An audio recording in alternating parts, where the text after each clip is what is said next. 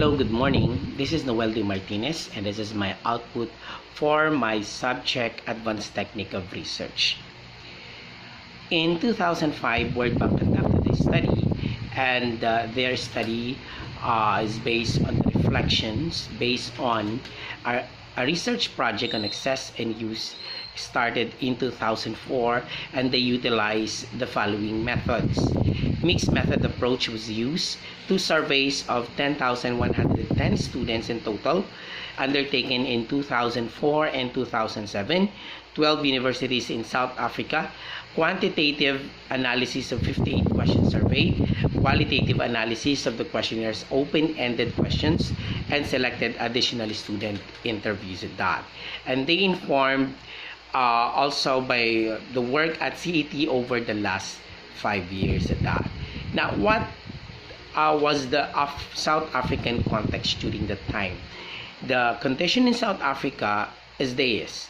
There are 85 people who are using personal computers, 109 who have access to internet, 35 who are subscribers of broadband, 19 who are using the bandwidth, 63 who have who utilize internet cost, and 724 as mobile subscribers at that. Furthermore, South African higher education context revealed the following. There was a substantial restructuring of the higher education sector since apartheid ended in 1994.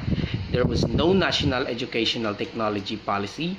Third is sector resource constraints, especially the ICT and competing demands at that. There are key assumptions 5 years ago at outset of this project, and these are the following. About access, this comprises a digital divide in terms of the physical, personal, and the third one is the contextual resources.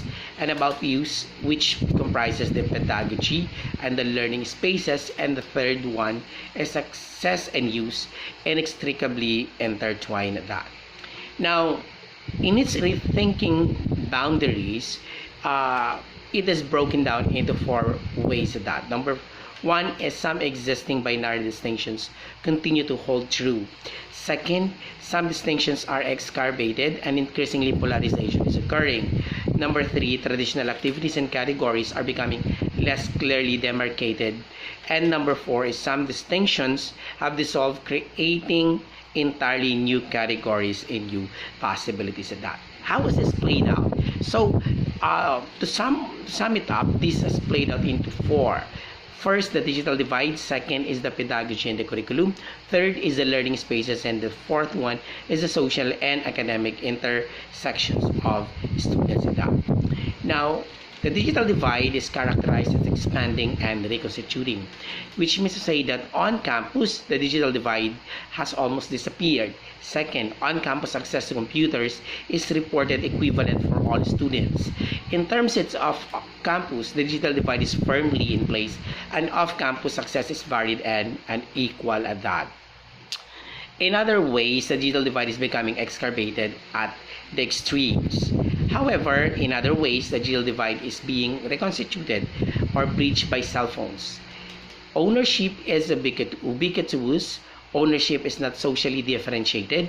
Next one, students who fail computer literacy tests report little access to computers are reporting varied cell phone use, and even students from low ages use phone as a means of internet access at that.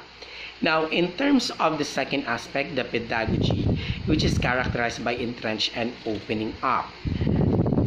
Another thing is that the curriculum is opening up. Curriculum or oriented informal learning becomes easier and more visible, and new opportunities in relation to number 1, content. Number 2 is access to wider networks of people, and the third one is general support for students in terms of basic writing at that.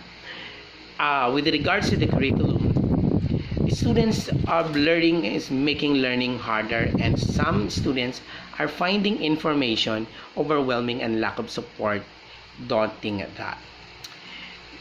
There are signs that ICTs are reconstituting the role of students, giving them more agency, and a notion of curriculum-oriented informal learning mediated by ICTs, where goals of learning are explicitly defined by the learner but linked with the curriculum adapt.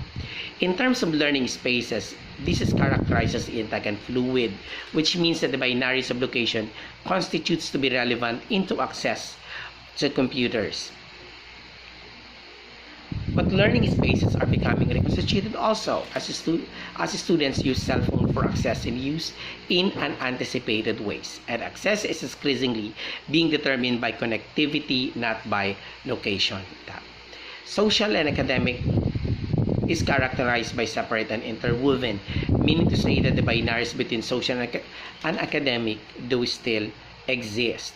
In summary, this research can be summed up into the following: no single neat trends, multiple simultaneous realities. Number 3 is emerging and conflicting practices, and the last one is there is an evidence of existing divides and distinctions, both continuing and becoming excavated into 4 categories that I made mention a while ago.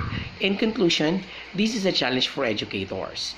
First, they are challenged to design for increased diversity and new practices. Second, the CL gaps between students are getting wider. So given that the students with poor access and computer literacy have new forms of cell phone literacies, these educators need to leverage these characteristically contemporary literacies in order to build them into integral components which can strengthen the education that. Alright, for the challenges for research, there should be a gaining an insider perspective as to how technological habitus is being constituted in a new communication order. Now, the next thing that I'd like to include in my final output is the ethics in research.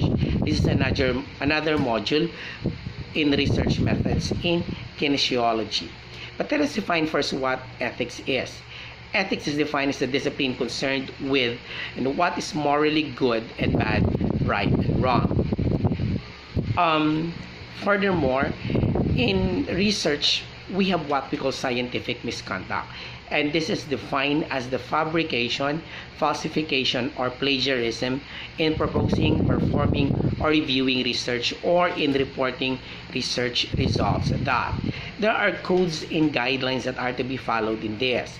Say, for example, in 1974, the U.S. Congress formed the National Commission for the Protection of Human Subjects in Biomedical and Behavioral Research. Followed by the 1979, the Belmont Report was published as a result of the Commission's deliberations. And third, internal codes exist. For example, the Code of Nuremberg in 1949 and the Declaration of Helsinki in 1974. And virtually every journal has a policy statement regarding obtaining informed consent and etc. Codes and guidelines evolve because of human subjects' rights abuses.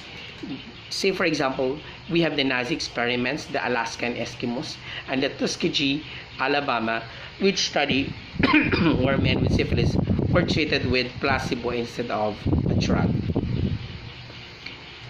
The IRB, or the Institutional Review Board, is a panel of research experts that pass judgment on the quality and safety of studies before they can be conducted.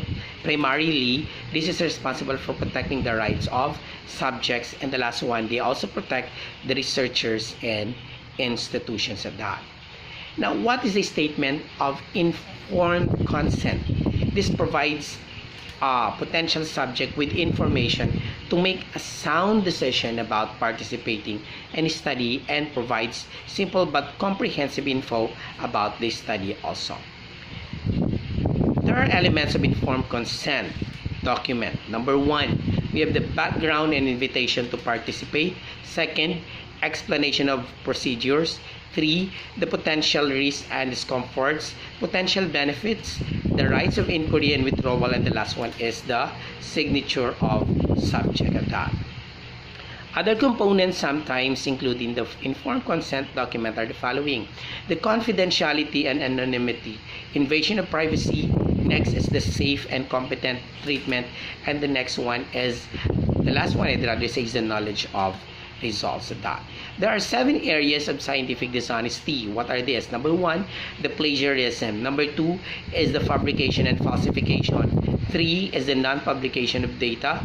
4, the faulty data gathering procedure. Number 5, the poor data storage and retention. Number 6, the misleading authorship. And number 7, the sneaky publication practices.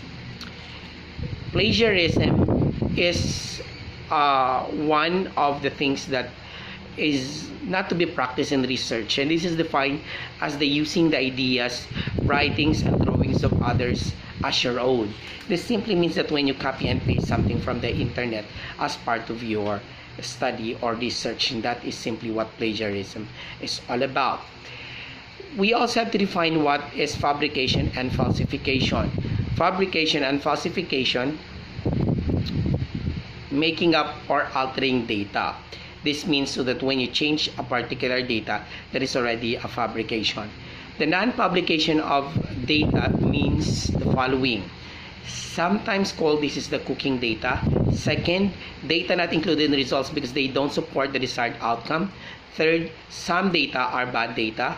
Fourth, bad data should be recognized while it is being collected or analyzed. We also have the outlier, which means to say that unrepresentative score, or a score that lies outside of the normal scores. And the last one is the handling of these outliers. Faulty data gathering means collecting data from participants who are not complying with the requirements of the study. Using faulty equipment, this also means that when you treat participants inappropriately. And the last one is recording data incorrectly. Moving on, when we talk about data gathering and research, this is the most important and most aggravating. They always drop non-compliers, fix broken equipment, treat subjects with respect and dignity, record data correctly, accurately and correctly, and store data in a safe and private place for 3 years at that. There is also what we call the misleading authorship, which means to say that there is an issue on who should be the authors of a particular study. Now, technicians do not necessarily become joint authors. Authorship should involve only those who contribute directly, and third, discuss authorship before the project at that. Sneaky publication practices. This is also done when publication or the thesis or the dissertation, and they should be regarded as the student's work. Dual publication or a manuscripts should only be published in a single journal at that. What would be the sanction if this will be done? First, the freezing of jobs. Second, the reduce your job. You may lose your job, loss of institution money and privileges, and the last one is faculty are responsible or accountable for students at that. Now, we have what we call the interview as one of the methods in research. This is the verbal conversation between two people while the objective and collecting relevant information for the purpose of research at that. Interviews are particularly useful for getting the story behind a participant's experiences. Now, type of research data collection techniques. We have the research data, which can be broken down into two: the secondary data and the primary data. Next is the quantitative and the qualitative data. So when we talk of quantitative data, we have the survey data, the observation data, the experimental, and the survey data can be broken down into two: the personal interview and the telephone interview. For us, in its qualitative, these are focused on the following: we have the focus group interview, we also the depth interview, and the last one is the projective technique at that. There are types of interview. We have the personal interview, telephone interview, focus group interview, depth interview, and the projective techniques. Personal interview is a face-to-face, two-way communication between the interviewer and the respondents. Now, there are methods that you are to follow when you conduct an interview. We have the rapport building, introduction, probing, recording, and closing. These are the 5 methods that you use when conducting an interview. As regard to its advantages, we have the opportunity for feedback, probing complex answers, length of interview, complete questionnaires, props and visual aids, high participation. On its disadvantage, we have the following: cost, lack of anonymity, necessity for callbacks. We also have the variance effects, dishonesty, personal style, and global consideration at that as one of the disadvantages of interview. That will be all. Thank you for listening and enjoy learning.